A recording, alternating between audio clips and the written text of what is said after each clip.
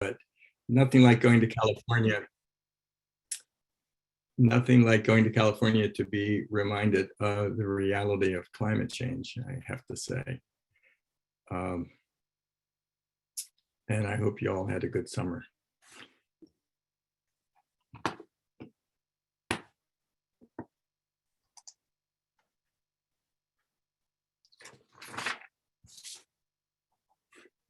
Any comments on today's agenda? We will need to defer the discussion of the youth nominee, Stella Fox, until after 1:30, just because of her schedule, but we will take that up today. I'd like to hear reports on budget priorities from the different working groups, reports from the working groups, thermal and transportation, and biomass. And any other comments, any other additions people would like to make to the agenda?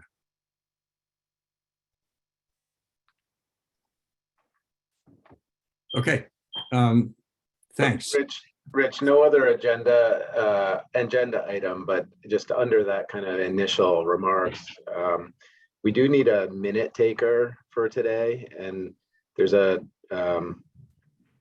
I think a shift in policy, I guess, where the Climate Council or subcommittee members will need to now, on a rotating basis, be the minute taker.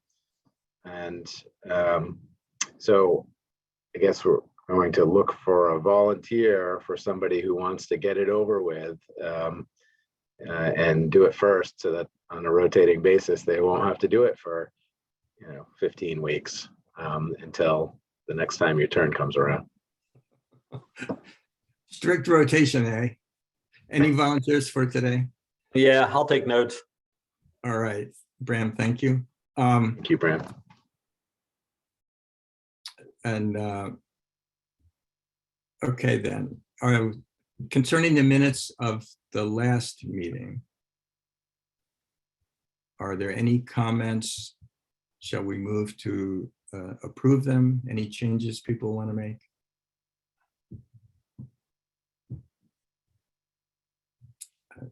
Hearing no comments, the minutes are approved. Let's talk about budget.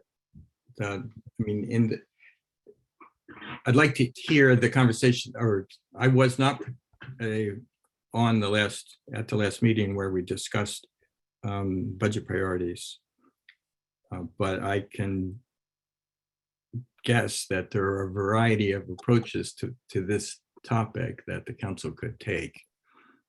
TJ or Jane, could you set the stage for us?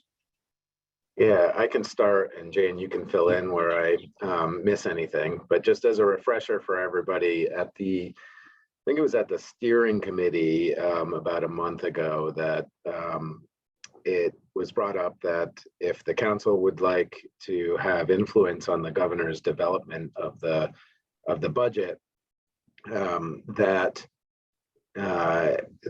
we should organize to make recommendations in advance of the October council meeting.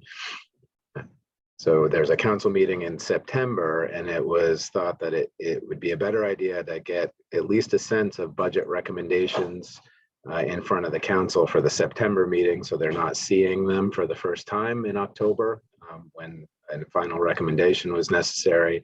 So that rolled down to the subcommittees, which then rolled down at our last meeting to the task groups. We're asked to think about this and to see if there's any budget priorities.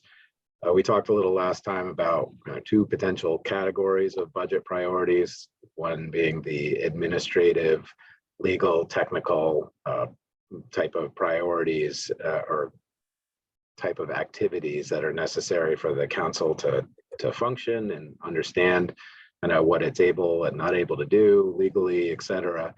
And then a second category I would put into the actual implementation of how we enact and implement the climate action plan. And so we, at the last meeting, had the task groups go and think about that. And so the agenda item here today is to hear, if anything, what was discussed and what might be an initial recommendation, subject to more conversation for a final recommendation in October. Is that, Jane, was that a decent summary of the process, or did I mischaracterize? Okay. So with that, we just organized the conversation today for each of the task groups to report on any discussions they might have had or didn't have. And I think by luck of the draw, transportation was up first on the list. Oh, goody. Okay. Because we had a good conversation about this at our task group meeting over a week ago now, and I would not say that that came with a clear clarity about what we think needs support. I think per Jane's note in the chat, I think one thing that we recognized is that for the council to do its ongoing work, whatever that ongoing work is, there some sort of administrative facilitation support would be helpful. And so I think that was identified as a need. And there are a lot of other good ideas on the table, but there was no cohesive suite of recommendations that we identified. So it's real hard to say. If others who are in that conversation wanted to offer something more concrete, please do. I guess the only other thing I would say is, we had identified early in the year, knowing that there was a big gap in the climate action plan in the transportation space, the need for, dollars to support a consultant to do an analysis of economy-wide approaches that would deliver with a level of certainty, pollution reductions. We did not get those dollars. Now that work is happening through the carbon reduction strategy on a little bit of a different timeline. But there are probably other needs. And the only other thing I would add, and Chris Campany, I'm going to lean on you. I don't know if there's anything else you wanted to add about sort of an analysis, which could be tied to the carbon reduction strategy and the work that VTrans is already undertaking to look at how to drive dollars into strategies and incentives that help those that have to use more energy transition more quickly. Yeah, maybe Andrew has some. I don't have much visibility into what with Joe Segali's departure. I think Amy Bell has replaced him now in that position. Is Andrea here? And do you know the state of things as far as internally to VTrans? Y'all still what the perspective is on trying to fund some of these climate action items? Do you know? What is the perspective from VTrans? I mean, we have funding for a whole bunch of things. We are putting together our budgets and trying to figure out exactly what's going to go to what right now. But yes, there's funding for incentives and EV deployment and carbon reduction strategy and, a plethora of other things. I guess what I'm wondering is to what extent is primarily an internal discussion, or you guys like reaching out also like to Jane and others and A&R, and I mean, is there like a larger kind of inter-agency discussion about, oh yeah, this is all this important transportation stuff, who's looking at this in their respective budgets, because some of this will fall out of, different sections within VTrans, but I was just thinking about, I think Joe had kind of been a point person for some of this in addition to you. Anyway, I guess I just didn't know to what extent there's kind of an interagency discussion around some of these initiatives while as the budget's getting developed at the administration level. Yes, Joey, is that what you kind of think you wanted me to weigh in on?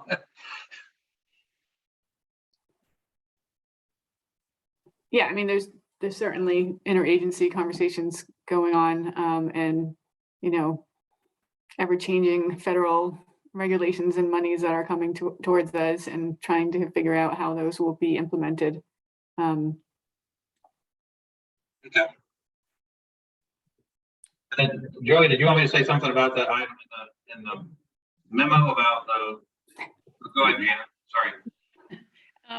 Gina, I think there are two things that are in our memo that are very relevant. I think relevant to this conversation, although I do see there's $200,000 of money available. That is public outreach and data collection are two big areas for transportation. We can't go forward without more public involvement. So the question I have is I suppose the council is thinking about this too.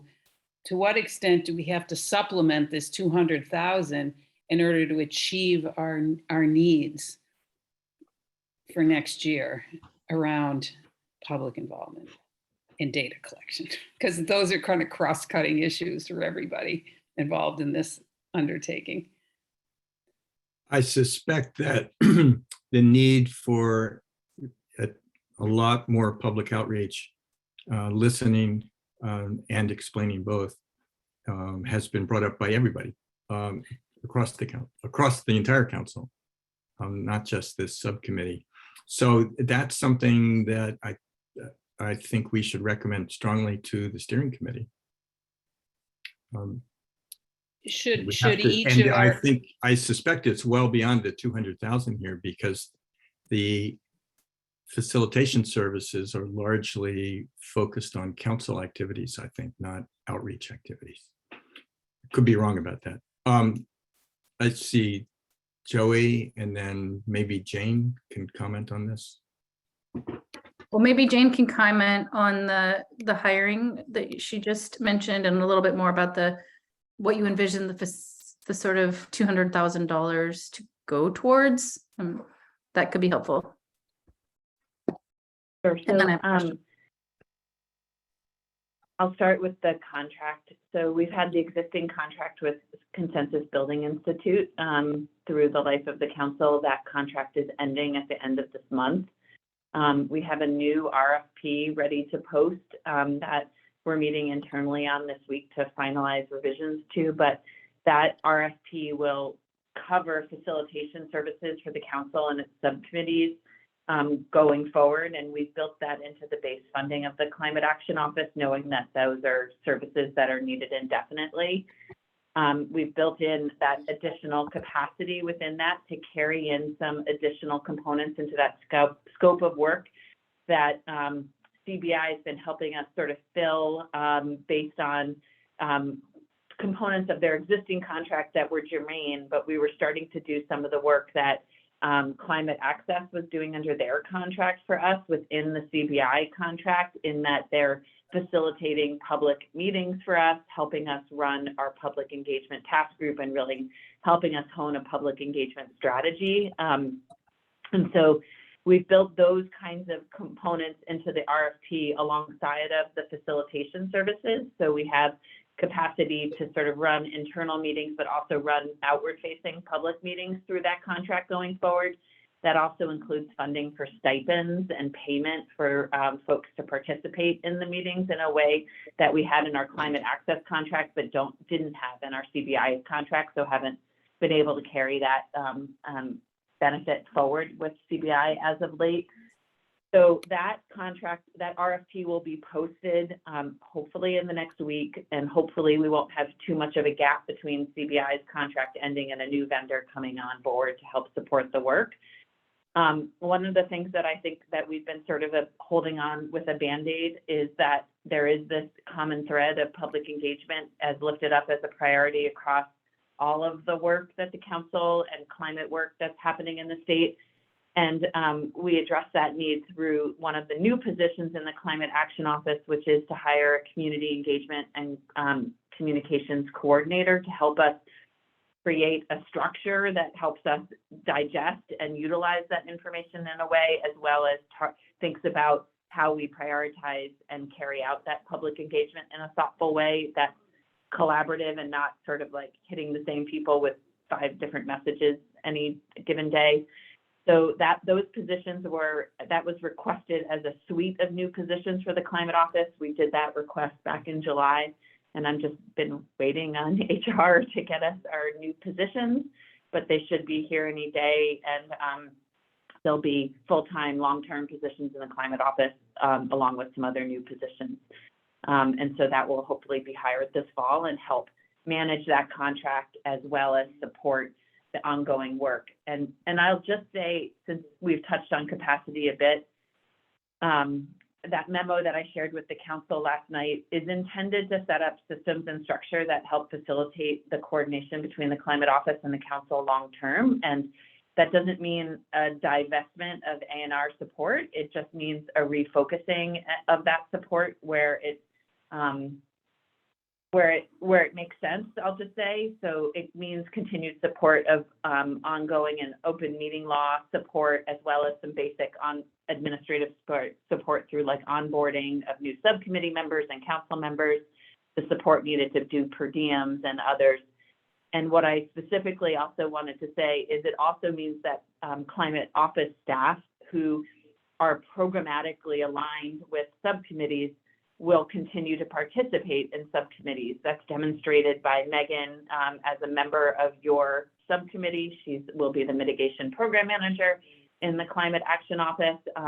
And so her representation here makes a lot of sense, and it just means you'll see her representing the work of the Climate Action Office going forward, and less of me and Marion as we have changing roles.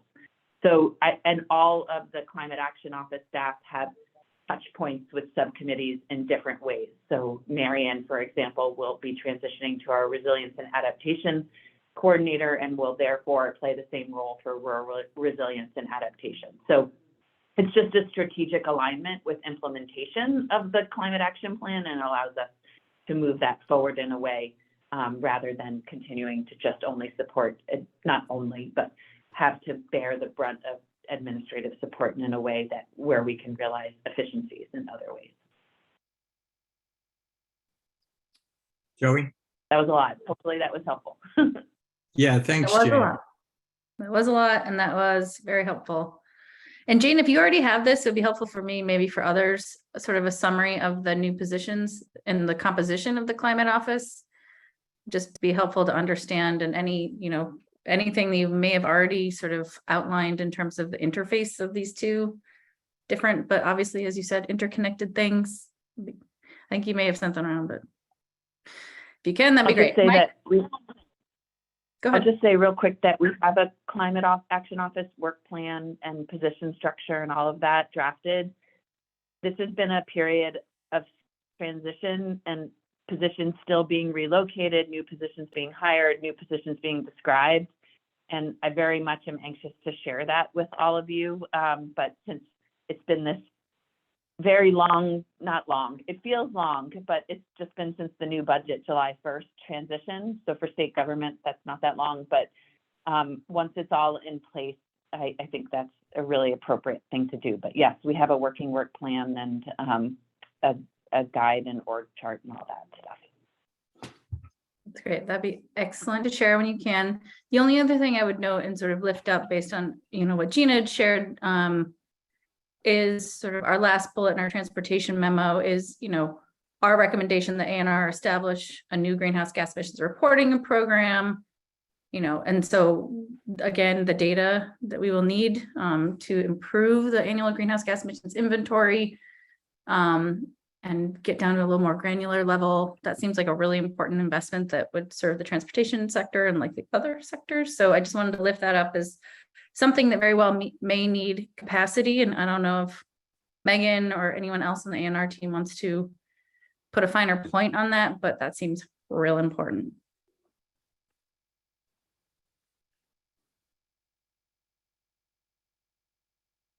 Any comments on that? Yeah, I would like to hear from our experts at A&R and Colin or Jared and others as to what's needed in terms of these data gaps that we've heard about in our discussions this summer. What is it that we need? How do we go get it? how much is it going to cost to get it?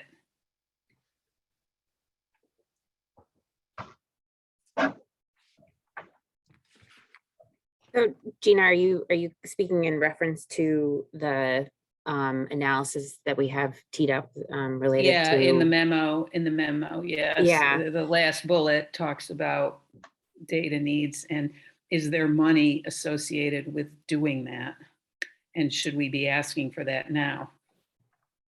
Well, I mean, I think I certainly defer to Andrea on this because I think that this is part of the, kind of accounting investigation that's part of phase 1 of the carbon reduction strategy plan. And I know Colin is involved in that as well, but, I think that this is all work that is planned, and we're, going to be trying to close those data gaps with upcoming work. Okay, so ensuring timely and accurate data, ANR should establish a new GHG emissions reporting program. That is going to happen. Okay, And so you have the that's, money to do it. so that's a separate question. That was what I was Okay. referring to. Sorry. Not the Okay. CRS. No, Okay. VTrans is going to take care of itself, I think. But there could be value added that's needed through the Climate Council to Right, the so- CRS. But so now that- I'm talking about this in timely and accurate data. Right. item. And so I think there are definitely some questions that we need to get a better handle on in terms of, existing information that's reported to the state and how that could all be compiled and maybe repurposed or refocused to help inform and have better data in relation to how much, fossil fuel, transportation fuel and heating fuel we're actually seeing in the state, because, Colin can explain that the data that we use related to at least the thermal sector and how we inform our inventory from the thermal sector's perspective is not super ideal, I think. So there's opportunities to improve the quality of the data that we have associated with that sector specifically. But I'm definitely of the mind that we do need better data, and whether that's reorganizing our existing programs to be have the co-benefit of providing us with that information, or looking at a new, more dedicated effort related to a reporting program. I think those are still questions that we need to answer. I mean, we have several programs that are already in place across state government that require fuel suppliers to report information. And so it's a matter of understanding what we have and what we need. Chris. And just for transportation more broadly, we were looking at 2020 data, comparing it over time. And definitely we've seen growth.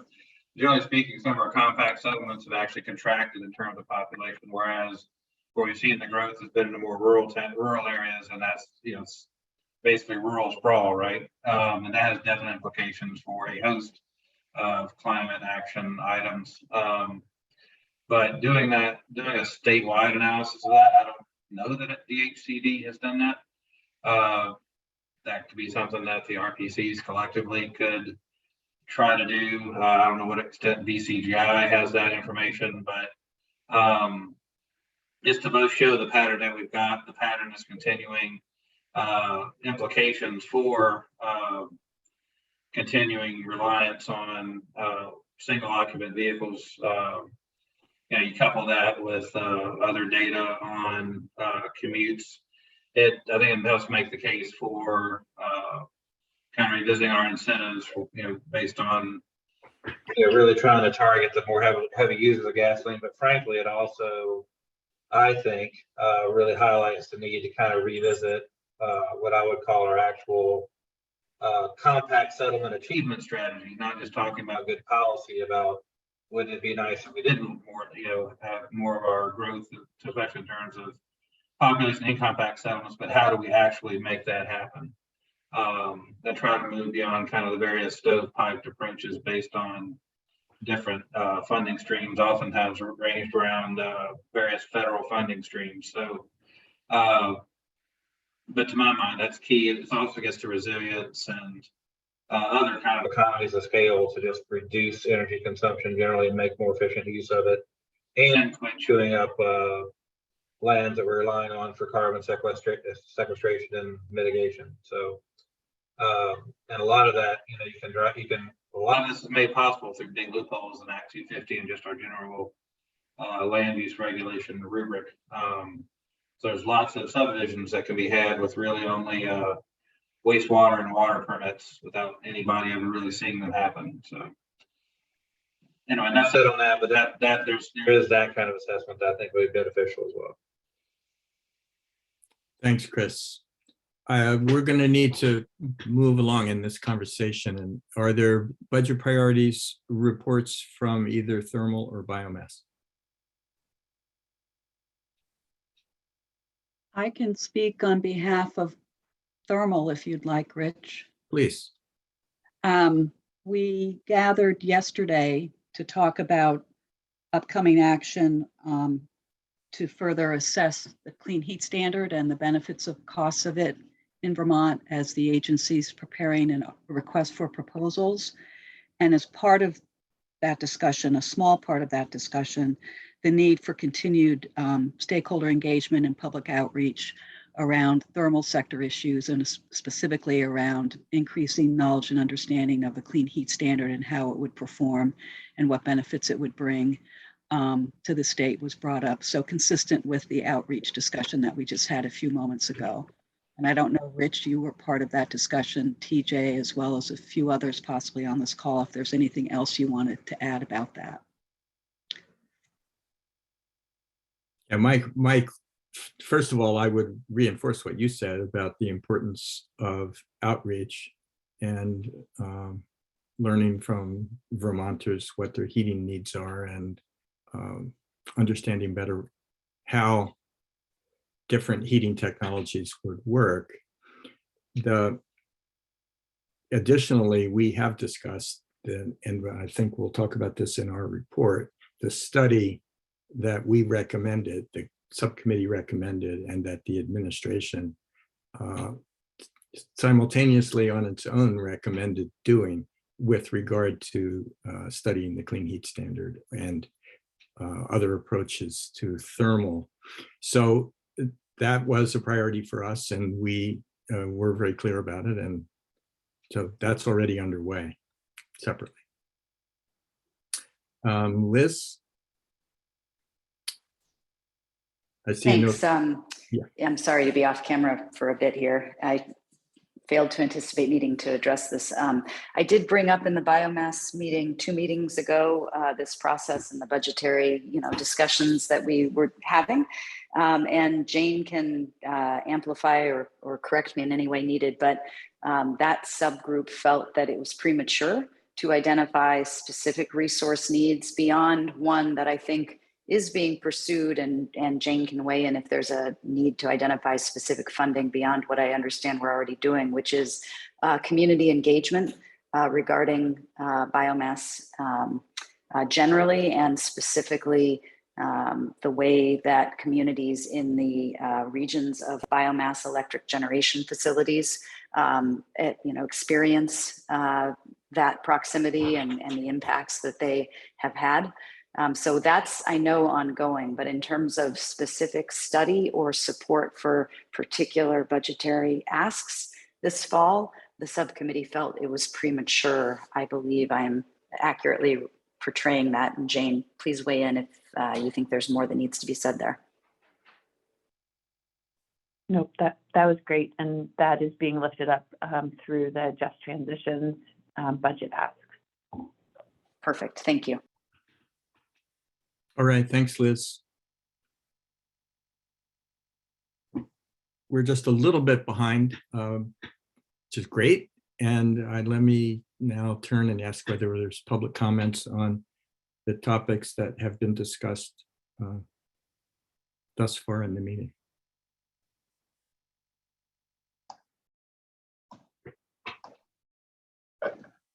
TJ? Well, I'm not a member of the public, but given the conversation and the memo that Jane sent out to the council, I wonder if the council or this committee wants to consider some of the administrative support and administrative coordination that is no longer going to happen from A&R to kind of replace that. The question I just want to tee up without bias here is whether, I guess, if subcommittee members are willing to take that up on their own, and willing and able, I should say, or if that role that A&R has been playing with administrative support and processes and coordination across the council's work, that the pieces of that they're no longer going to be doing if the council thinks it's there's a need for additional support there. I'll leave it at that.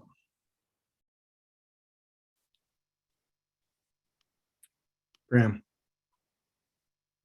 Is any portion of that support going to move to the new climate office?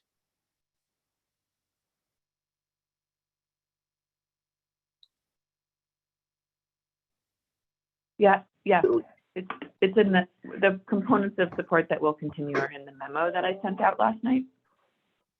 And it really speaks to three components. As I was alluding to earlier, continued support to manage compliance with the open meeting law and all of that. So posting minutes, sharing minutes online, posting videos, meetings, all of that through the website. General administrative support with respect to onboarding. So subcommittee members, counselors, that actually takes more work than you would think. And Marion does a great job of that. And she also does a great job of supporting logistical guides as well as onboarding guides as we try to sort of shift that weight out. So it's not squarely on us. So that's there. I think largely like the capacity and support around subcommittees that's shifting is really the developing and planning of agendas has been a very collaborative process through A&R staff with co-chairs to this date, which has meant that A&R sort of helps drive those agendas. And it's really around ownership and independence of the council and subcommittees to drive that process and continued work and support there. As I said, there'll still be an A&R on every subcommittee, so you'll still get some capacity and support, but just trying to shift the burden of the process component out now. And then also implementation. I think almost always, like 90% of what the Climate Action Office does is going to be in support of implementation of the Climate Action Plan. I can't see yet where we might diverge, but the priorities and prioritization of what comes first might be different from what state government sees as a priority versus the council. And that will shift over time. Right now, it really does feel like we're advancing objectives that were lifted up in this first wave from the Climate Council, but prioritization might shift over time.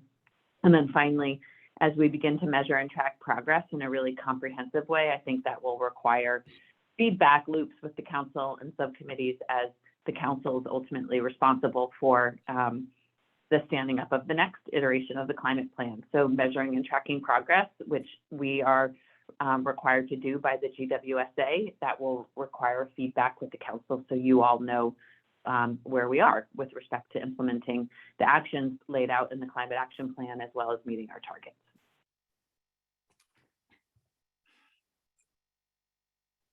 Comments from Jared and Christine? Thanks for that overview, Jane, and for your initial question prompting that, TJ. I have a specific question and then a bigger picture question.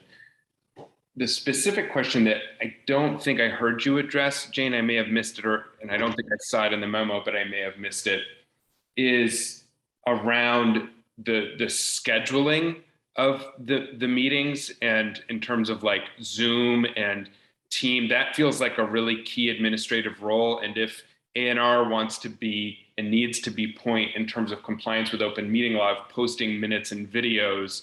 It would seem like that would need to be coordinated through a common account so that the recordings are saved and then can be posted by ANR. But that would be one specific question that I would have in this transition.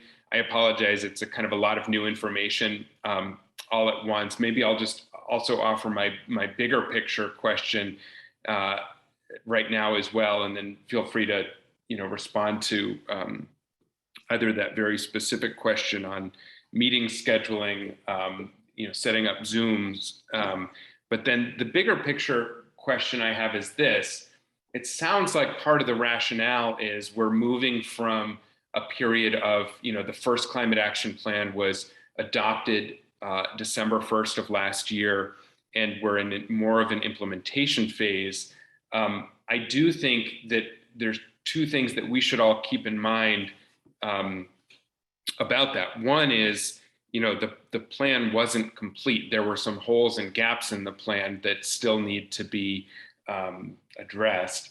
The second is that, the Global Warming Solutions Act says that the second climate action plan, or at least a formal update to the first climate action plan, has to be delivered by July 1st of 2025. And, I think many of us had the feeling that the first plan, and there was a lot of criticism, that the first plan felt too rushed. And so one of the things I want to note is that this second due date in 2025 is July 1st, not December 1st.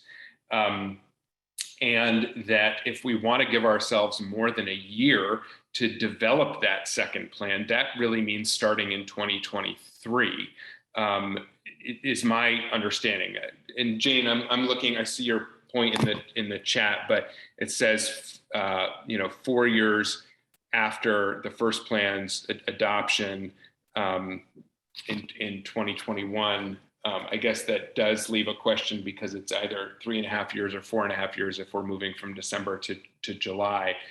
But I guess my concern is that while I can see the focus on implementation being really important in the very near term, my concern is if this is a permanent change, where will the support, the administrative support for developing the next iteration of the plan, which I think is going to be really important given, at least so far to date, how far short the first plan is falling, where will that come from? Or is there an anticipated change in the staffing structure that would occur more in 2023 versus 2022? And it gets back to TJ's question for me. If we're going to need additional staff support to just support the administration, the development of a plan in 2023 that's not going to come from ANR, not going to come from the Climate Office, that funding may need to be asked for this year. So I agree with Joey's comment in the chat in that regard as well. Thanks, Jared. Christine, can I ask Jane to respond directly first? Jane? Yeah, just briefly on the Zoom function. Everybody knows how much I love Zoom.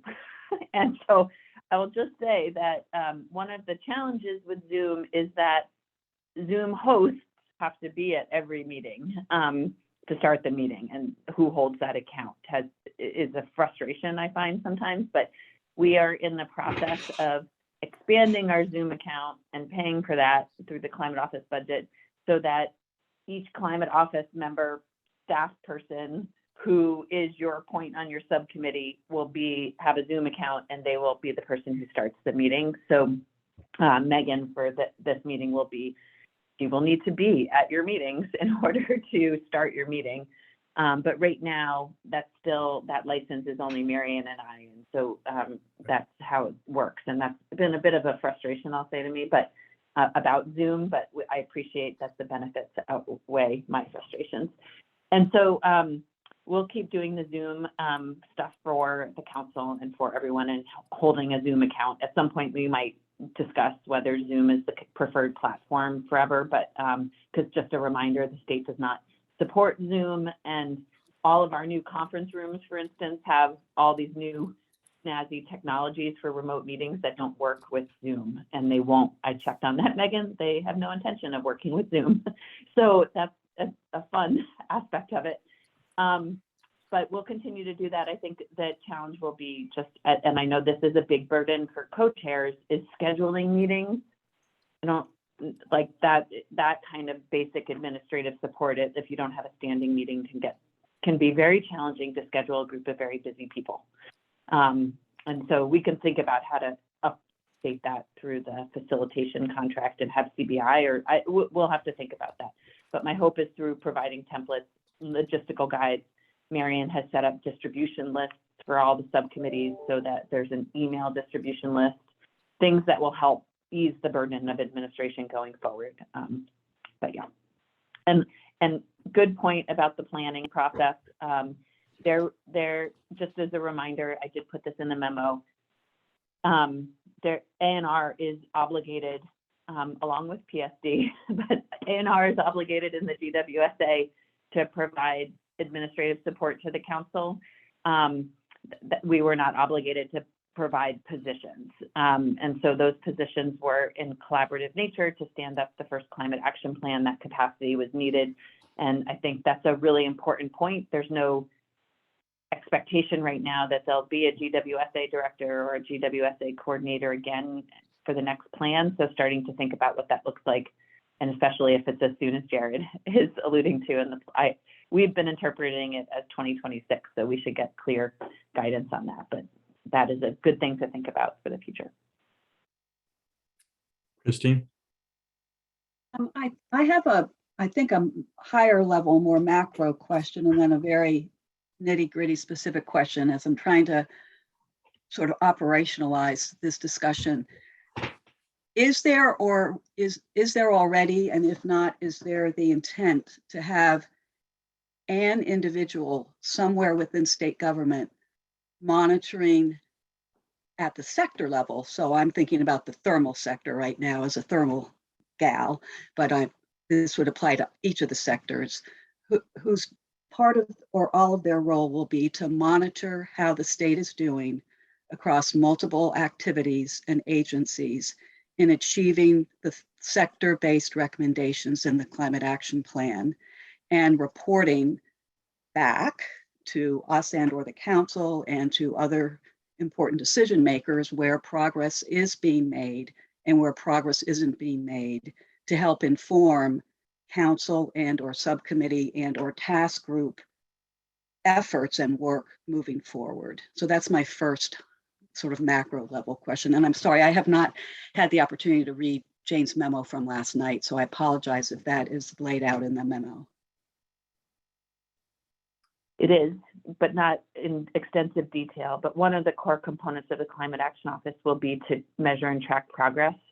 And we're already, Colin Smythe will be sort of shifting into a more comprehensive role of supporting mitigation policies through data analysis, and then also standing up our measuring and tracking progress tool, as well as the greenhouse gas inventory, ongoing work and some supplemental analyses. But we are working to have an intern on board this fall, actually, to help us review and look at the spreadsheets that you all put together for the Climate Action Plan, and how we can transition in this fundamental, quick way to actually tracking progress associated with actions from the Climate Action Plan, as we also work to stand up a robust measuring and assessing progress tool that will certainly track at a more fine-grained scale, sector by sector, measures that are being put in place on the ground. So yes, we view that in collaboration with AOT, PSD, who all, again, have even bigger roles in many of these spaces than ANR. We're hopefully complementing and adding capacity to where other agencies are really already taking the lead on this. Okay, thank you. And then I had one more specific nitty-gritty follow-up.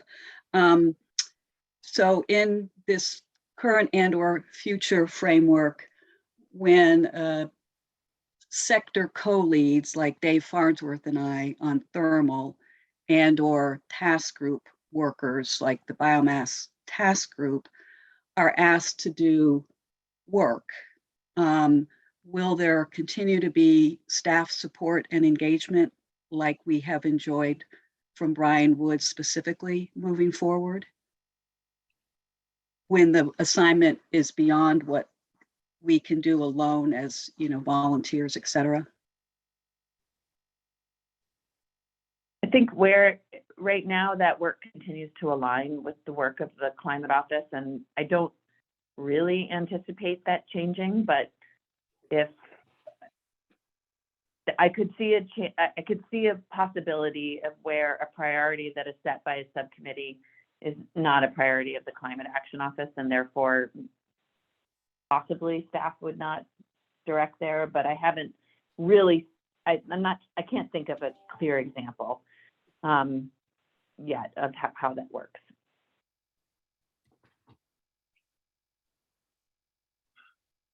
I have a comment about our staffing needs. I suspect this is a steering committee. This is a topic that should be taken up by the steering committee as opposed to each individual committee. I appreciate, learning that Megan will be able to specifically support the work of this committee and help us design agendas and coordinate policies across mitigation. But one of the functions that Jane has served, and I'm really aware of the value of this, is that she has been a cross fertilizer or a cross communicator, whatever, and a very positive force in helping the different committees of the council to understand what the other committees are doing and to facilitate, better coordination generally across the whole Climate Council.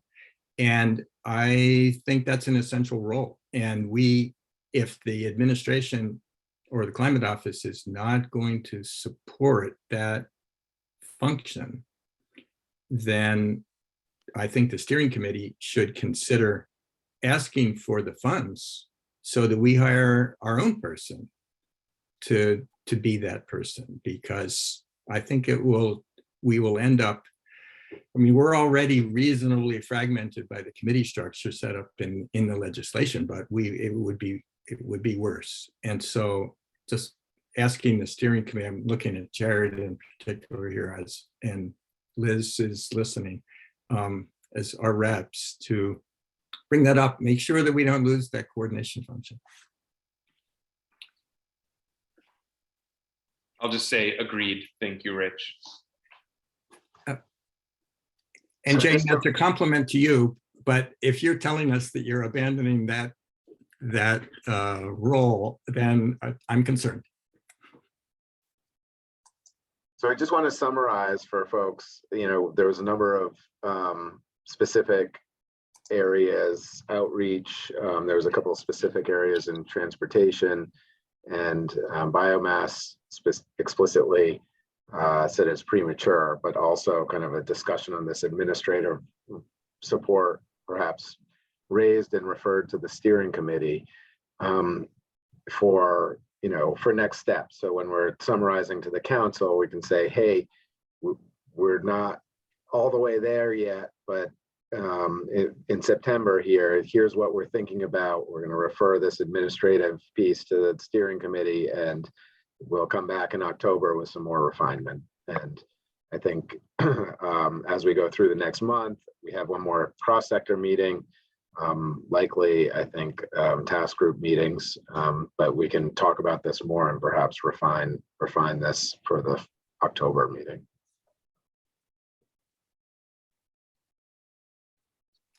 And sorry, Rich, to get us off track. Thanks. That was important conversation. Thanks for bringing it up. I think the next topic that we were scheduled to get into was the thermal sector task group update and the RFP. And I'm going to ask Jane or TJ to give that report. I graciously agreed to do this for TJ. Thank you, Jane. Mostly so I could speak to process. And so we have a really great substantive RFP We unfortunately had hoped to pull together the task group last week to give us a little bit more time to revise and hear comments from the task group and have some back and forth. We only just met yesterday as a group. We heard some thoughtful considerations around the centering of the clean heat standard in the proposal, as well as how technology is implemented across through policy design and implementation, as well as how we look at cost effectiveness in the RFP, or ask that of our consultant. I think I've heard from some of you outside of the task group, as well as task group members, also around the timeline of the deliverables, and the hope that we would have a finished product in time for the legislative session. And so I want to sort of speak to next steps and why I really don't think that's going to be possible. So it's now, September. We have these revisions from the task group that we're working through. We'll share with Julie and others, as Julie's been really engaged in helping us sort of support some back and forth with the fifth floor around what we're asking for in the study, knowing that it stemmed out of the governor's veto and questions that he put forward through his veto. And so we are working to do that. We'll share it again with the task group to ensure that we've either accurately reflected the components they wanted us to lift up, and or have a justification for why we've chosen not to insert recommended changes. We will do that in the next few days, and then hope to reach consensus, or at least reach agreement on where we're not reaching consensus with the task group. All of this is to say that our hope had been to do that in a way that then brought the RFP forward to all of you in a public meeting, so the public had a chance to view the RFP, comment on it, so that we could hear those concerns ahead of posting it. Since we're not able to do that in time for today, it will likely either require another meeting of cross-sector this month to do that, or require us to hold that meeting at the end of the month when you're already scheduled to meet, sort of delaying the posting of the RFP. So we can discuss that. Once the proposal is put online as the RFP, I just want to say that it's not a quick process to get under contract. We've had RFPs that were, and that's both, the state being slower, but it's also to incorporate feedback from all of you and a task group around selection of a contractor, which takes time in doing that.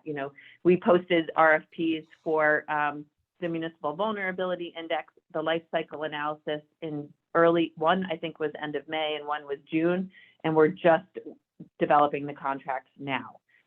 It takes time to go back and forth with the task group. Often there'll be follow-up questions to the consultants, the bidders, back and forth. And so I do not, like, a best case scenario would be a contract in mid-November in place to move this work forward. And that's a very best case scenario in my mind right now. So likely we won't have a contractor on board for a few weeks past that. I'm just speaking realistically at this point.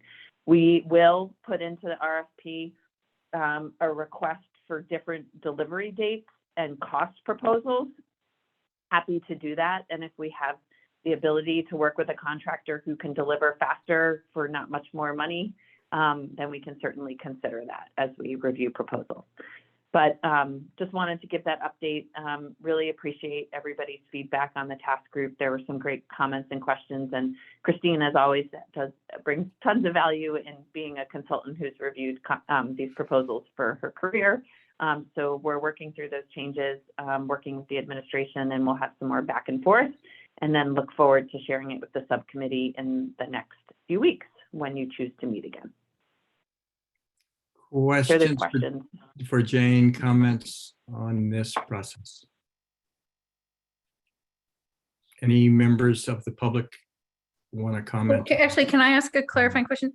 Yeah, Joey, go ahead. So originally this can you speak to if this is broadened beyond just looking at a clean heat standard and how broad it's become and what that is now? Because I mean, I get what you're describing, Jane, And I'd love to see that RFP as soon as it is shareable. But I get that we are under pretty tight timelines to deliver on meeting our targets. So has it changed substantially? And can you shed a little light on that? Well, I don't think it's changed substantially in other than that, rather than honing right in on the clean heat standard, it asks the consultant to review existing studies that have been done and review a suite of policies that are put forward with the understanding and expectation that it's hard to know if the clean heat standard is the most cost effective or meets the other criteria obligations without comparing to what. And so our expectation, or I don't want to say expectation, but obviously the likely scenario is that the clean heat standard will rise to the top as the policy that meets the most of the criteria and gets us with a high degree of confidence. As Jared likes to remind me often, our emissions reductions as required by law.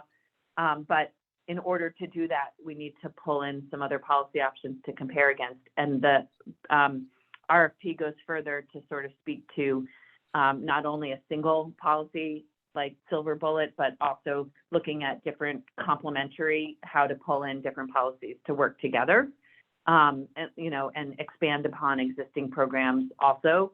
So it's and asks, I think right now we have the idea of putting forward 5 different scenarios within the proposal and ask the consultant to envision what it would cost to do so, which would be hard and time consuming based on the criteria we're asking them to evaluate the policies against.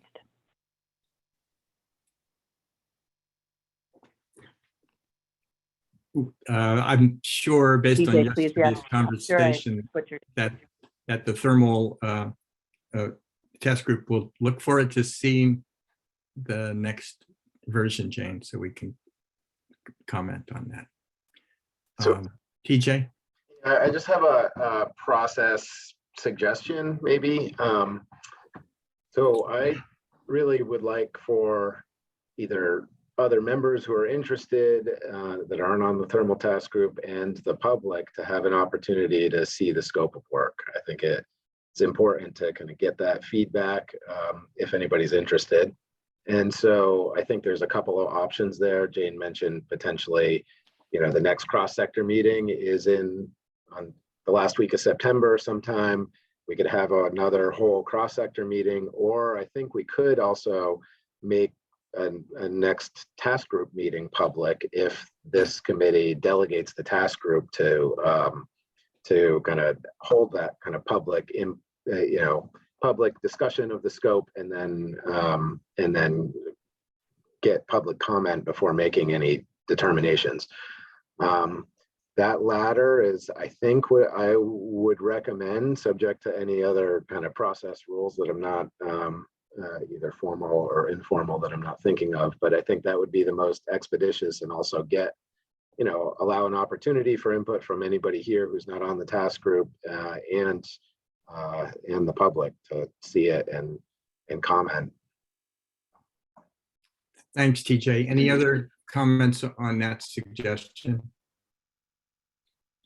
Yeah, Rich, if it's okay. I think holding a public meeting of the test group, inviting the full committee to participate if anybody wants to, and making it open to the public as well, to me, sounds like, as TJ said, an expeditious way to advance this. Jared? Yeah, I agree. What I think we can't do is push this to the next regularly scheduled meeting of this subcommittee. I want to offer a reflection on just the broader timelines that we're up against. I hear what you're saying, Jane. I understand it. I sympathize with it in terms of the state contracting process and in terms of making sure we go through good public process to get committee input and to get public feedback on these RFPs and proposals. But what I am increasingly feeling is that we cannot afford to continue missing legislative session opportunities. I'm just thinking about how long it actually takes for policies not just to be considered during a legislative session, but passed and then implemented to be able to make a practical effect on the legal requirements, especially around emissions reduction, but also related to the other requirements and goals that are in the Global Warming Solutions Act. So I'll just give an example. We are now in 2022, if soon to be in 2023, if a clean heat standard were to pass next legislative session in the form that it was last year, it anticipated a 3-year research, development, and implementation timeframe. That doesn't begin to actually begin obligating fossil fuel importers until 2026, if that ended up happening. Last year, it was envisioned as 2025. I just worry that we don't have enough of a sense of, I think it's, and I'm not saying this in particular, any one individual. I think we're all doing the best we can under difficult circumstances. But in the world of actual policy passage, implementation, and impact, 2030 is very, very close in time. And so what I am going back to is that we need any analysis that the administration or that legislators want to see as soon as possible. Much of this analysis, I just have to say on the record, has already been done. And it is kind of, circling around the same topics that have been studied ad nauseum, maybe in a different format, maybe compared to something else. But I think we all need to have an understanding and a commitment that at some point we need to move forward with the best available information, and we can't keep missing opportunities and delaying. If we come out of this legislative session like we did the last one, without a policy strategy in the transportation sector or in the thermal sector, our 2 largest emitting sectors, we're going to be losing time that we absolutely cannot afford, especially in compliance with the legal requirements. So that's a long way of saying I agree with TJ's suggestion, if that's the most expeditious way to move this process forward. Thanks. And Jane has mentioned in the chat also that even in the way the study is conducted, things can be phased to help us to advance progress. And we should take a look at that when we review the RFP. We do need to move the agenda along here. Are there other comments, including comments from members of the public about the conversation we just had?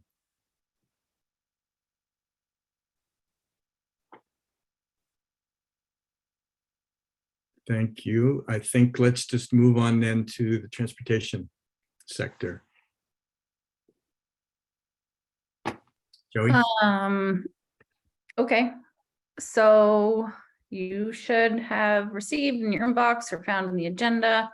Jane linked it on the calendar, a revised memo that has received a lot of input that I and others worked to weave in, a lot of input from a lot of different people.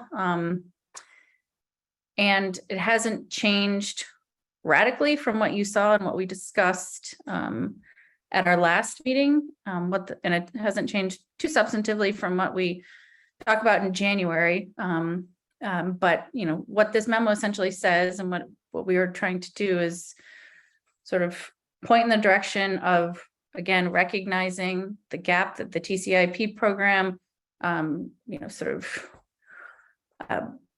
being stifled late last fall, what that leaves in terms of lack of policy or regulatory tools to achieve with certainty pollution reductions in our largest sector on time in compliance with the law. And so the need to do further analysis to understand what a preferred approach or combination of approaches might be, and at the same time recognize that there is work underway, both in VTrans with the carbon reduction strategy that they are putting together as required by the infrastructure bill, which will provide a really important foundation to look at how we are optimizing and maximizing existing investments and optimizing our programs for greenhouse gas emission benefits and equity outcomes, among other things. And that is a little bit of on a different timeline than but a really important foundation, which we recognize we need to build from. And at the same time, also recognizing to what Jared was just speaking to before, that we need to continue to make progress, move the ball forward to, continue to implement programs and strategies, including putting in place any sort of enabling framework for any type of sector-wide or economy-wide approach to reducing emissions with a level of certainty in the transportation sector. So I'm not going to read the memo to you. Ideally, you have it.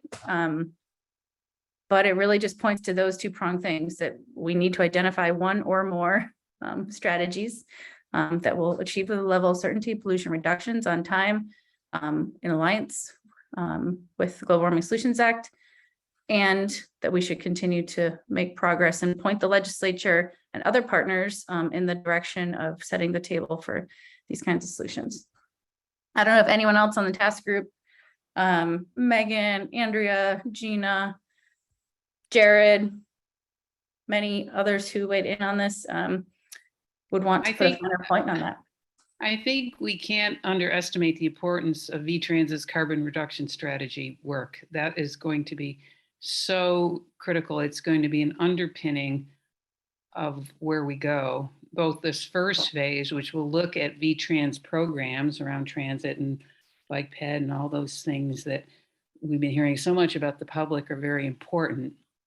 And then also the second phase, which will look at the larger policy issues. VTrans is spending, and I really think it would be good for this group to hear from Andrea and maybe the consultant at some point about the work, so that this group can really understand it, because I believe it will be the underpinning of the transportation portion of the climate plan going forward.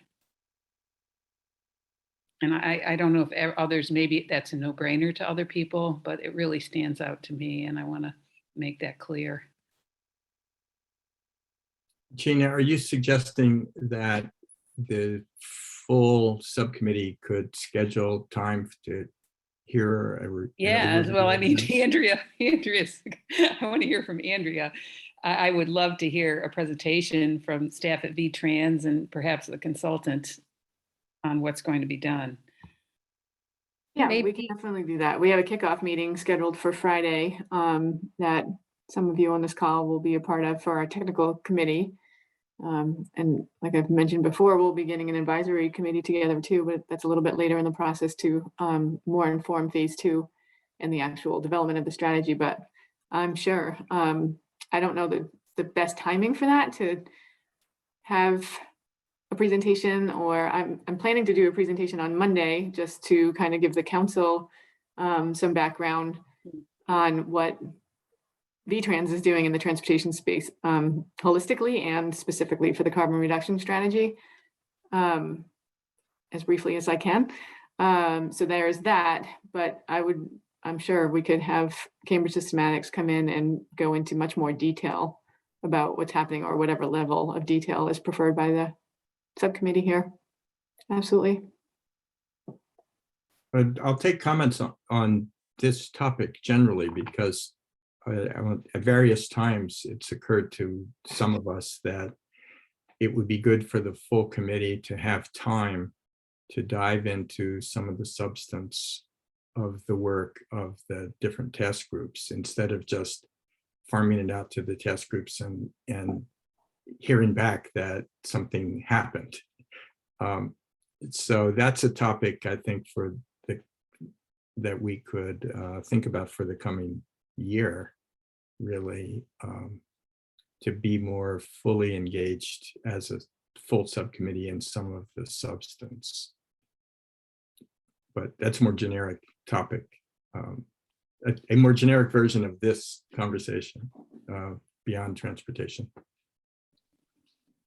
TJ, comment? Yeah, thanks. I just want to go back to the memo and thank you, Joey, and the task group for I think being reasonably responsive to the comments that you heard last week or a few weeks ago.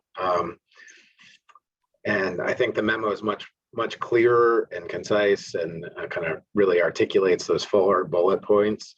I am going to reiterate a comment that I think I made last time, and it might be easier if I just pull up the document. I'm going to try to do that. Can you all see the document right now?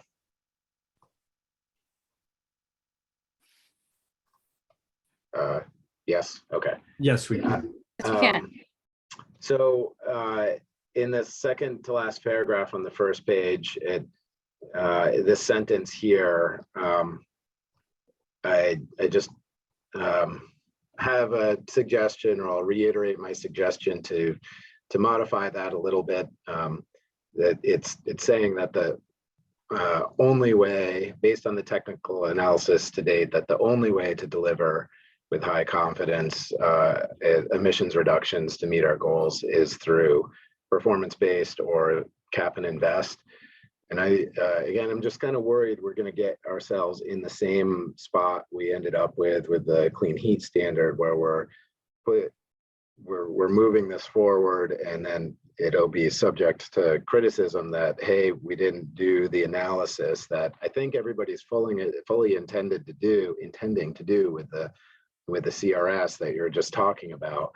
And to say, to, I guess, soften that only way to deliver language, because I'm not sure that we can really say that we know that. I skimmed the links, which I had seen some of. I worked on the 2014 total energy study, but some of those other links I've seen before and scanned it. I don't think those analyses say that and draw that conclusion directly.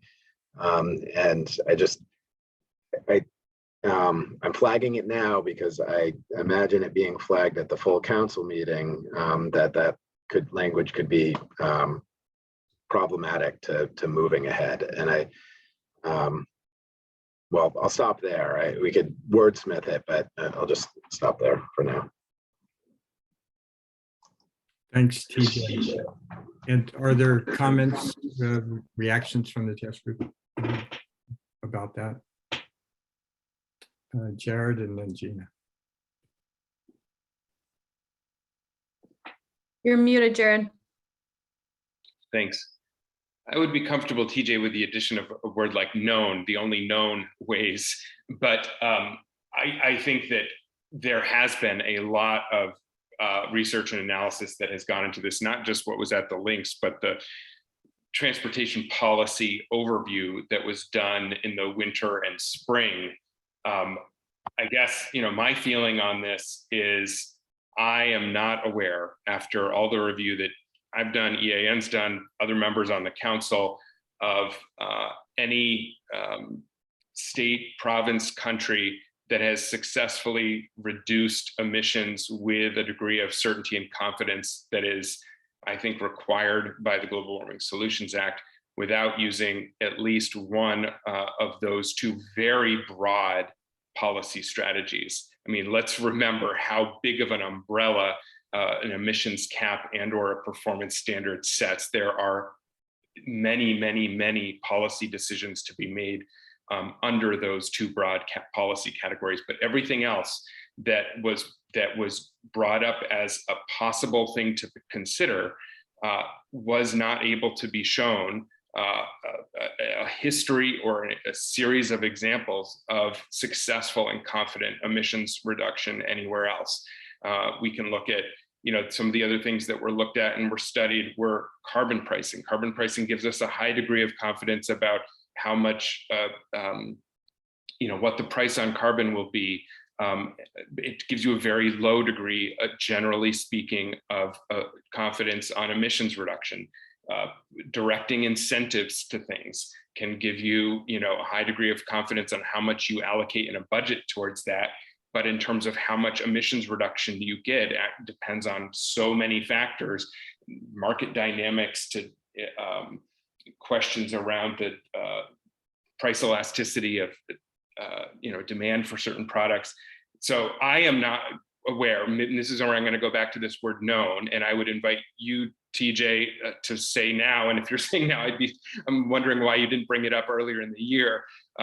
What is another policy option that has been proven in another jurisdiction to confidently reduce emissions at the scale and pace that we're required to achieve, that does not include either an emissions cap and or a performance standard? Yeah, I mean, I think it probably depends a little bit on your definition of high degree of confidence. If you're going to, but if we had regulations, or, we have the advanced clean cars and advanced clean trucks that are going to get us a certain portion of the way. Likely 10% of the way there There's a by 2030. significant gap from there, but they will get us there. They will get us there a couple of years late. And so then how do we, which is not meeting the goals. So then the question is, how do we accelerate? And what does the CRS do for us? And I'm sympathetic to what you're saying. The reason I'm bringing this up, and I brought it up continually, is I don't want to get, down the road and then have to start over. And I think the actions that are laid out in this memo are kind of the right actions and in the right direction. And so it's just really, I don't want this, like this one thing to kind of submarine the effort going forward. Thanks, TJ. Let's hear from Gina and then Bram. Yeah, I have to go. I agree with you, TJ. We can't have a lightning rod like that sentence in there. You're right. But I also agree. I agree with Jared that what are the other options? There is the most certainty associated with those. I don't agree that those references are the correct references. I don't know where they came from. We have to get the right references in there.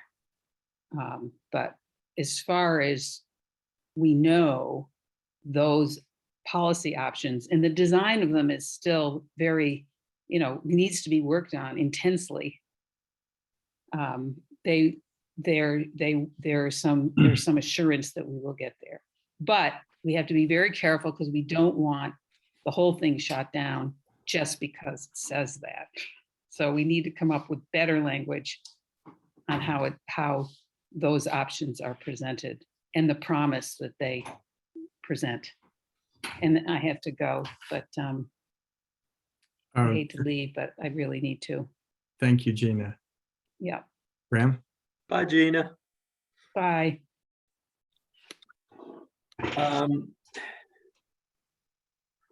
I think a few things. One is that, as I said in my email, after a lot of work over the last year and a half, we sort of all, as a council, agreed that there are only a couple of options for getting there, and no new options that I'm aware of, either technological or policy options, have been created in the last 8 months.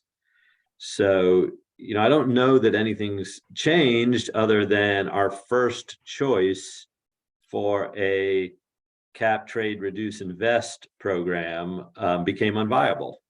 So we go to our second choice. And, if the second choice is a performance standard rather than a cap, trade, reduce, invest program, then that's great. But other than those two broad categories, and as Jared pointed out, they're very broad categories.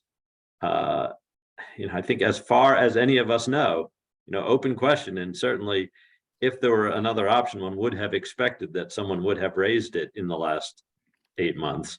And, seeing none, I think it is not overstating the case. And I agree with, the addition of, known or currently available, that sort of language to acknowledge the fact that there may be another way to get there that appears between now and 2026, or whenever implementation actually starts kicking in, and we can absolutely amend and adjust as we go.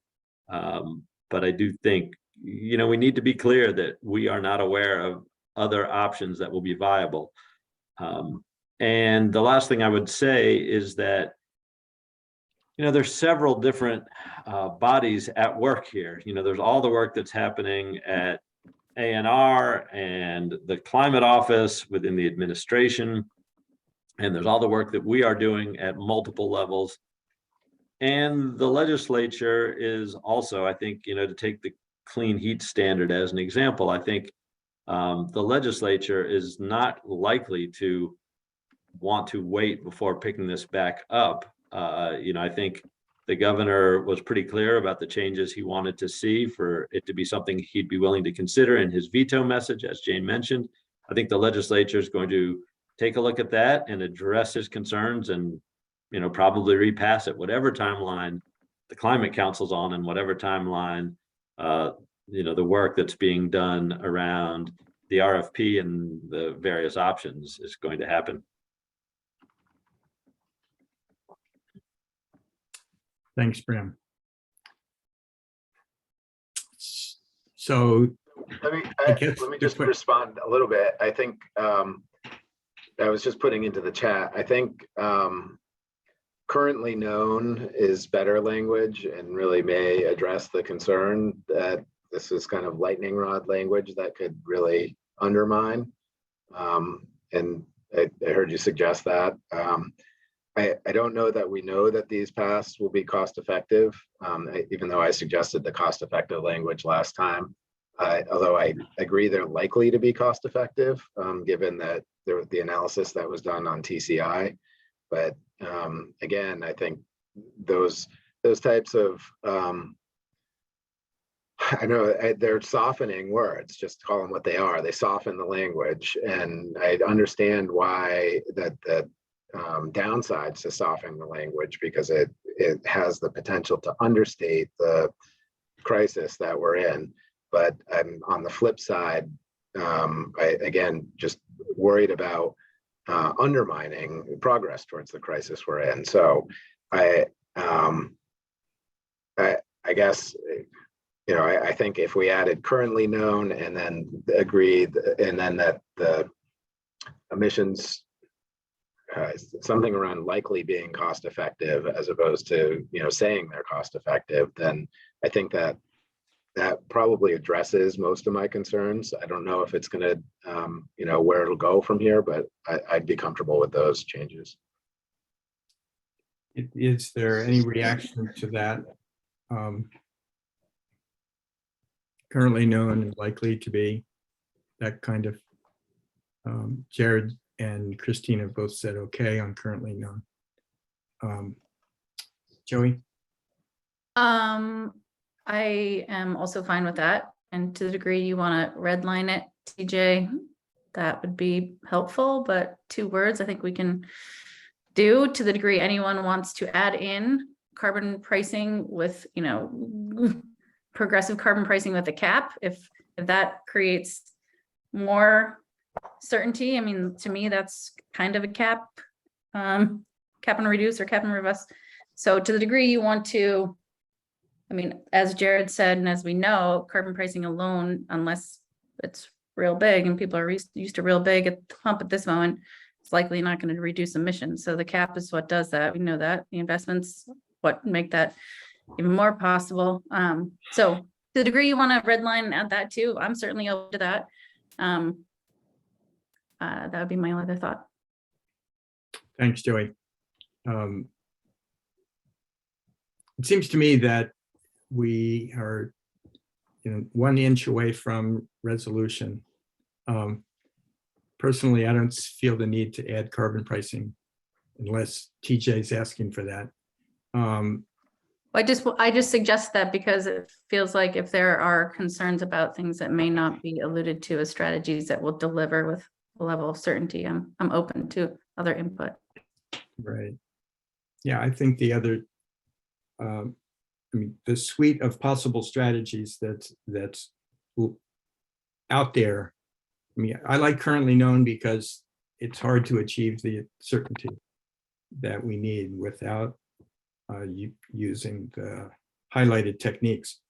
But, you know, massive incentives are theoretically possible and just not likely to happen. Without a long-term funding stream. Right. So I think it sounds to me like the TJ, your wordsmithing has been accepted, and I'd like to suggest that we've resolved this. If you want to circle back, you know, among yourselves, you know, just to make sure you're in agreement, you know, we encourage you to do that. But if the idea is to have the full subcommittee sign off on this and say, good to go, then I'd like to be pretty clear about what we're saying yes to. I think we're there. All right. Okay. Thank you. I'm seeing agreement on that.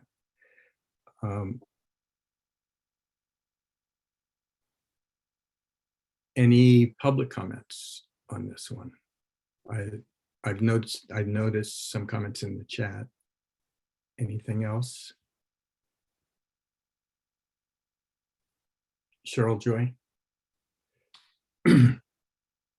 Hi, thanks. I have a not about the wording but the issue overall, and also about the transportation issue overall, that I think that not only that should be looked at, but also reducing the miles traveled overall. Land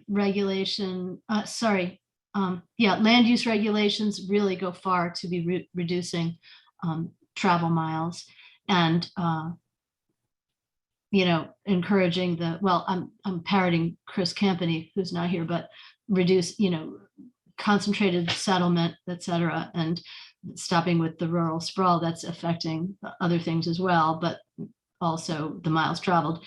I don't hear a lot of information about public transportation being increased, a little bit of it. I think a lot is focusing on switching over to electric. And I think we have one idea that I'm not sure why people haven't brought up, but there are freight trains just constantly running all over the place in Vermont. And I think that looking into switching that to electric, and also adding passenger cars. You know, there's the new line with Amtrak going between Burlington and Rutland, which is really terrific. There are already lines that used to be passenger rails that still exist as freight. Like, for example, because I live right along this one, is you know, Bellows Falls to Rutland. And that would be a really easy fix. But of course, not just one in each direction daily. That's not going to help people in their daily transportation needs. But that's one thing. So I think that it would be great to hear you all talk about that more. People continue to bring up the clean heat standard and kind of skip over the actual reason why it didn't. Why it wasn't overridden, why Governor Scott's veto was not overridden. And I think not paying attention to that is a mistake. I think that the pushback against biofuels and biomass used I should have said this before, sorry, but I was otherwise occupied. The pushback is going to only get worse, not better, if biofuels and biomass continues to be a part of that clean heat standard. You know, NESCOM has now come out with a letter, you know, arguing the EPA's standards on advanced wood heating. So, and wood stoves, pellet stoves, et cetera. So I really think that it's a very big mistake for you guys to keep on just focusing on Scott's veto of it, and not focus, and also go forward with anything really without having ag and eco, also biomass, really fit and have them continue to hear the other ideas and not from people who have vested interests presenting to Biomass Task Group. So that's about it. I think you all have heard me say some of that stuff before, but this is really important for now to stop only focusing on Scott's veto. Thanks. I'm ready to talk more about it if you want. Thanks, Cheryl. Any other comments?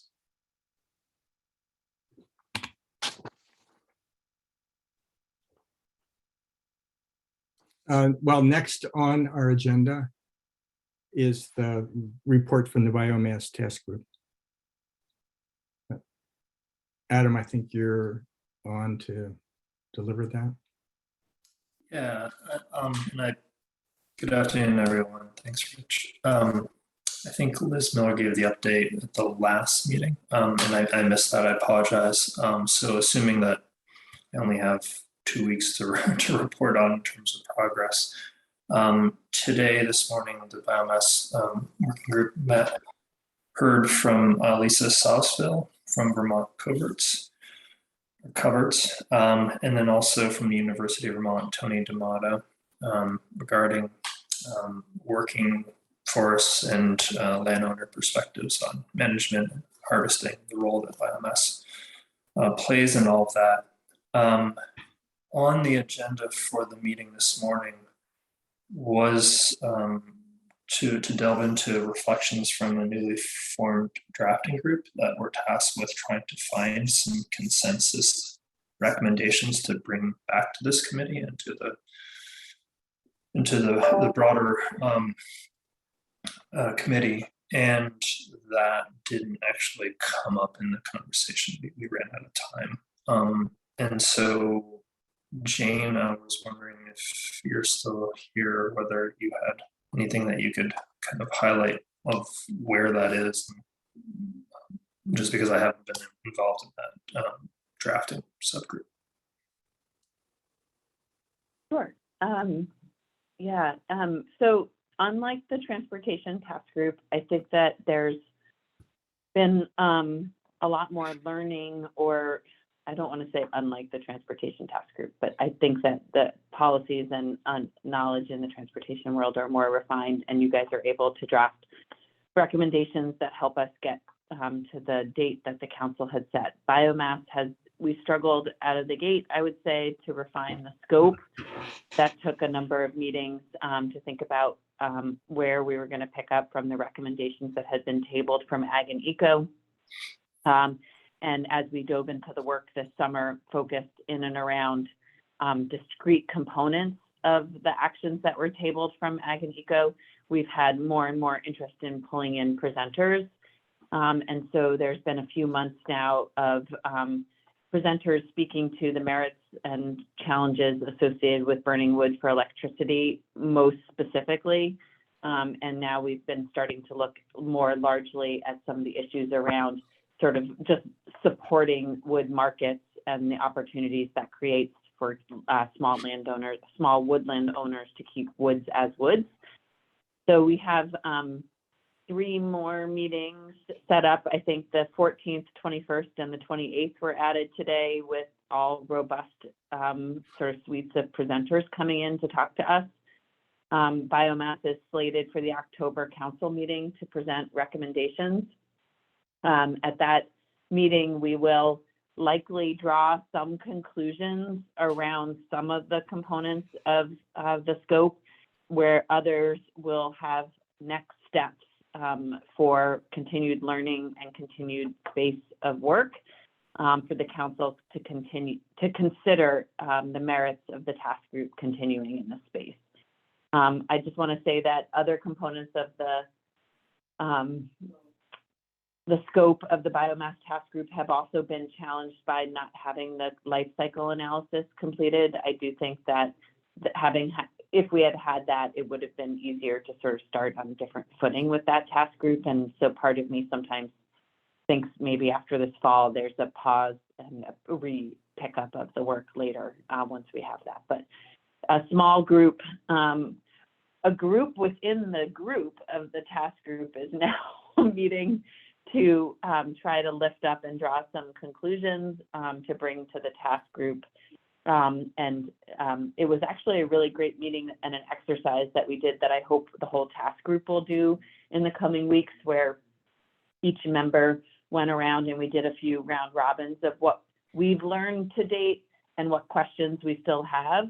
And it is really, continues to be enlightening and around what a complex and diverse issue this is, because people draw very different conclusions from the same speakers, and takeaways are very different from the same speakers. And it's been a really hard place to learn. So I do think that we'll likely be able to draw some conclusions around the electricity-led facilities, but where we go beyond that with the scope is likely to be recommendations around how to continue learning lessons. So I'll pause there. Thanks, Jane. Cheryl, you're back. Are you back? I am. Thank you. I just want to add something that's really important, is that up until, no, it hasn't ended yet, but up until hopefully next week, the presentations have been very one-sided and skewed, and pretty much always in favor of status quo and what's going on now, and pretty much everybody in favor of using, it's really strange to say this, but it really is everybody that's already kind of vetted, like you can speak, you can present if you're in favor of keeping things as they are or continuing, would. So I just want to say that, and hopefully everybody will have open minds next meeting when there are some presenters showing a different result, and that's it. It's been really one-sided right now, and that's why I think we're not ready. I mean, they aren't ready, not me. Thanks, Cheryl. At the next meeting, there will be contrasting views. Is that what I'm hearing? At the next meeting, we'll have Dr. Juliette Rooney-Varga and Dr. Bill Muma speak, as well as a woman, and please, others who are on this call who remember her affiliation, but Laura Height. She works for an international policy organization that helped lead the charge on passing the current legislation in Massachusetts that heavily restricts biomass. And so they will speak comprehensively, and I very much expect against continued use of biomass. Additionally, Dr. Sturman from MIT is going to hopefully be able to speak.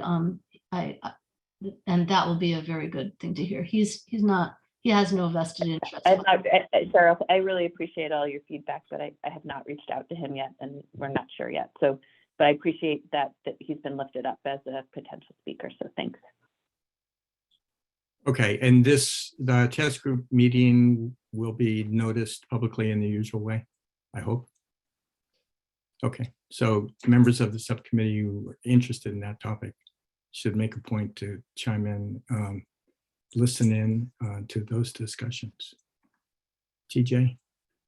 Yeah, thanks. I just wanted to respond quickly on the rail point and apologize that I'm going to reference the energy plan instead of the climate action plan in this context, but the energy plan kind of points to, and Andrea probably can talk more about this, but the rail plan done by AOT, and that rail plan does have recommendations that would lead to increased ridership there. And so, on one hand on rail, I think the state is moving toward increasing the quality of the line so that the speed of the passenger rail can be faster, which would encourage people to actually ride it more frequently. And then the other piece on land use planning and reduction in VMT, there's in both, I believe, the action plan and definitely the energy plan, there's large sections on that. I haven't circled back to get an update yet on the land use planning activities of ACCD does a lot of that, and AOT is obviously involved. But, we do an annual energy report where we'll be updating the recommendations that were in the energy plan and our progress or not towards those goals. So I think more to come on that. There are targets and goals for reducing VMT, and I just wanted to, maybe we don't talk about it enough in this group or in our broad policies. I think part of the reason for that is because those are clearly long-term foundational shifts that are aimed more likely at our 2050 targets, and we've focused the first climate action plan on the 2030 targets. And so just happy to talk more offline, but I wanted to just circle back to that comment and provide a little information. Thanks. Thanks. TJ. I think we're at that point in the agenda where we have the happy opportunity to welcome a new youth member of our subcommittee. And TJ, can I turn it over to you to introduce Stella Fox, sorry. Yeah, sure. I'll just say I had the opportunity to talk with Stella a week or two ago for a while one afternoon, and really excited to at least on my part nominate her to join this committee as a youth member. I won't do her justice, so I want to turn it to Stella to introduce herself and what she might be able to add to the conversation here. But really excited to have you here today, Stella. Welcome, Stella. You're still muted, I think. Okay. Can you? You're breaking up. Shoot. There, now you sounded normal. Okay, sorry. Most our Thursday meetings, I'll be able to be more involved if you guys can hear me. We can hear you. All right, sweet. Yeah, so my name's Stella Fox. I'm currently a junior at Colchester High School. I haven't lived in Vermont that long. I've only lived here about 4 years. I have a pretty extensive history before that of where I've lived. DC and Wyoming, to name a few places. I'm really excited for this opportunity. I really wanted to get involved in climate action, and I'm really excited for this opportunity. Yeah. Welcome. Totally Welcome, psyched to have you. Thank you. Thank you. Yeah, so I think the process is that we take the nomination here, and if everybody agrees or the majority agrees, we recommend to the steering committee to make you an official member.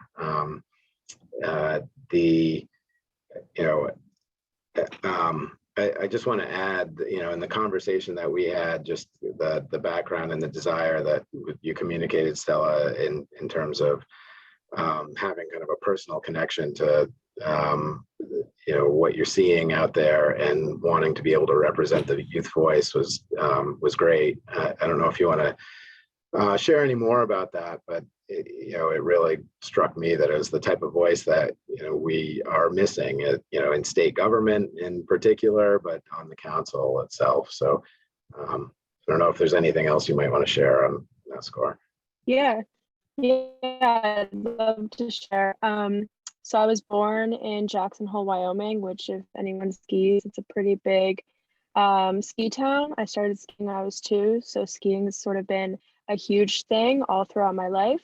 And obviously with climate change, our winters are fleeting, and that's sort of what first made me want to get involved in climate change action, just because, something I love is disappearing. But obviously it goes a lot deeper than that.